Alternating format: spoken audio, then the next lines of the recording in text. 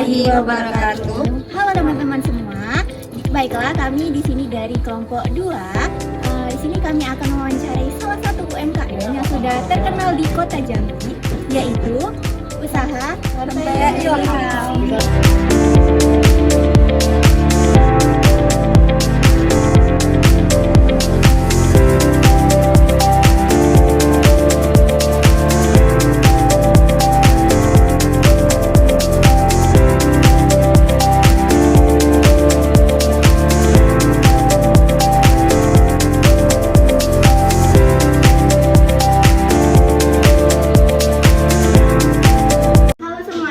Jadi kali ini kita sudah bersama kakak siapa kak namanya? Vina. Kak Vina.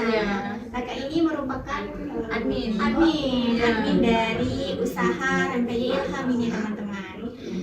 Mungkin boleh kak langsung diceritakan bagaimana awal mula berdirinya usaha Rempeyek Ilham itu? Oh iya boleh. Untuk berdirinya itu sejak tahun 2004 bulan 8 sekitar tanggal 8 juga. Nah itu berdirinya tahun 2004 itu berawal dari bermodal 10.000 pada tahun 2004. Kalau tahun 2004 kan semua sembako kan murah, tepung beras berapa lah, telur berapa, 150 palingan. Jadi semua modalnya itu berawal dari 10.000. Nah berawal dari 10.000, terus ibu ini awalnya sebenarnya basicnya bukan dari keripik, tapi ibu ini basicnya di kue basah gitu. Cuman tak kenapa ibu ini memikirkan usahanya itu terutama dari ingin membantu suaminya. Ini kan Rempeyek Ilham ini udah jauh nih usahanya kan, ada nggak sih dari usaha Rempeyek ini menyalurkan bidang keuntungannya untuk kegiatan apa gitu membantu Ibu itu sering bersedekah.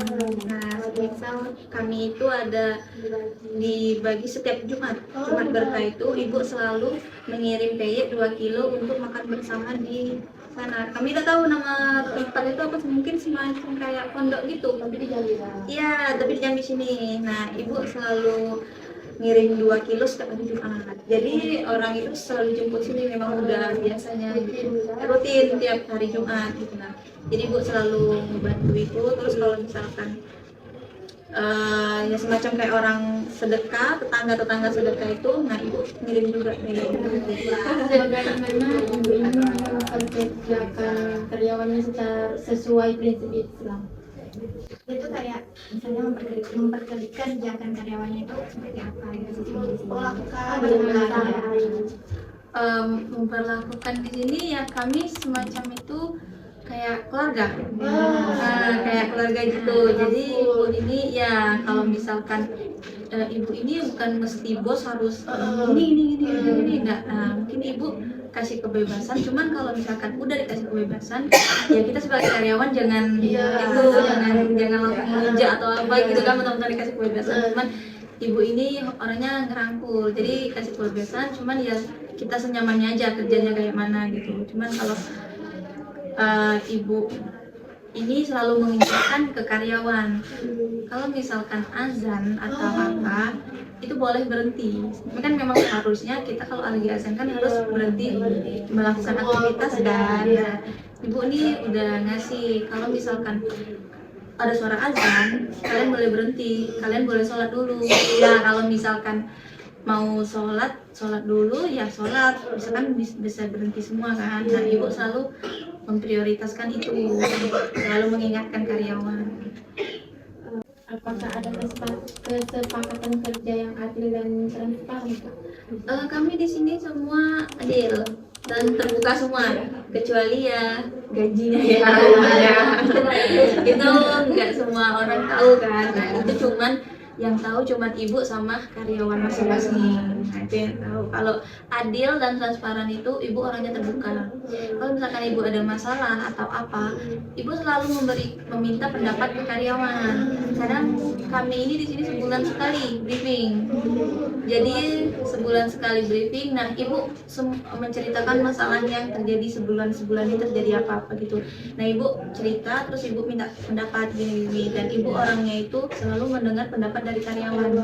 Nggak mesti bos harus dengar gitu kan pendapat itu. Nah, ibu ini orangnya harus mendengarkan pendapat karyawan.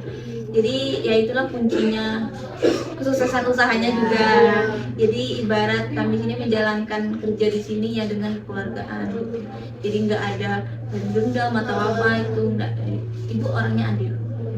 Ya sama karyawan. Yang penting itu kesejahteraan karyawan. Karena kalau nggak ada karyawan, ibu mungkin nggak bakal bisa kayak gini gitu ya. Ibu selalu memang di mana-mana jadi narasumber itu ibu selalu menceritakan karyawan. Kalau karyawan nggak ada, apalah jadinya saya, kata ibu gitu.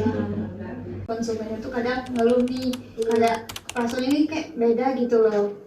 Rasa Misalnya komen seperti itu atau komen kayak kemarin harganya segini tapi sekarang udah segini, kayak ada keluhan buat rasanya gitu ya, karena tetap konsisten. Konsisten, cuman gini, kalau misalkan ada keluhan dikit ya palingan kurang asin, gitu ya. Kan di sini banyak macam yang bikin kan. Jadi kan tangan ini beda gitu. Nah, ya kan beda rasa. Cuman ya kalau misalkan kurang asin, langsung diituin, langsung di komen. Kalau misalkan terutama yang bungkus ini kadang nyicip sebelum dibungkus gitu. Jadi orang tuh nyicip, kadang ya disitulah sebelum dimasukkan lebih baik kami yang di sini nyicip. Nah, jadi ini kurang asin, langsung kami ke produksi belakang bilang, kan di setiap toples itu kami selalu kasih nama siapa yang goreng, jadi ketahuan. Nah, jadi ini pas dicicip ada namunya nih, langsung ke orangnya, langsung ngomong ini kurang asin, karena ada juga keluhan kayak gitu kan. Jadi yang langsung ditindak gitu. Kadang ada yang ngechat, udah dikomplain, udah masuk ke jantol, terus dicip, dikomplain ke WA ibu masuk. Itu langsung dieksekusi langsung. Jadi eksekusinya tuh ke karyawan ini. Iya. Karena karyawan yang komplain bener. Dan juga sini entah lagi mungkin orangnya lagi nggak nyicip ya, ada nyicip. Jadi orang tuh udah tahu, jadi pengen bungkus teh gitu. Jadi ya udah. Untuk sertifikasi ini tuh udah dari Kalau sertifikasi itu ya kalau nggak salah itu tahun 2007 atau berapa ya? Nah, cuman kami nggak tahu ya karena kan kami baru di sini kan. Kalau nggak salah 2007 atau 2011 lah gitu. Awalnya kan PRT. Nah, kalau PRT itu ibu emang udah lama, tahun 2007 lah mungkin. Masalah itu 2011 karena kan halal 10 tahun jangkanya. Nah, jadi udah terbarui lagi.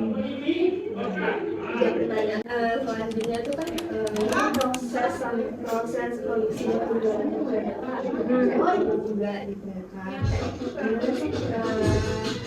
menjaga kejujurannya itu gimana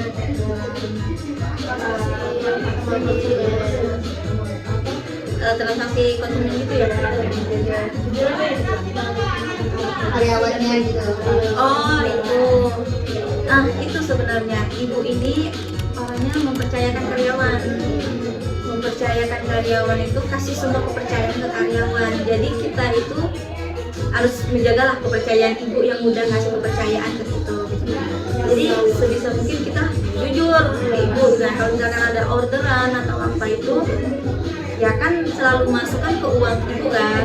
Nah, kalau di sini itulah, kalau belanja di sini kan ada transaksi beli ya, itu kan yang megangnya yang ibu di sini.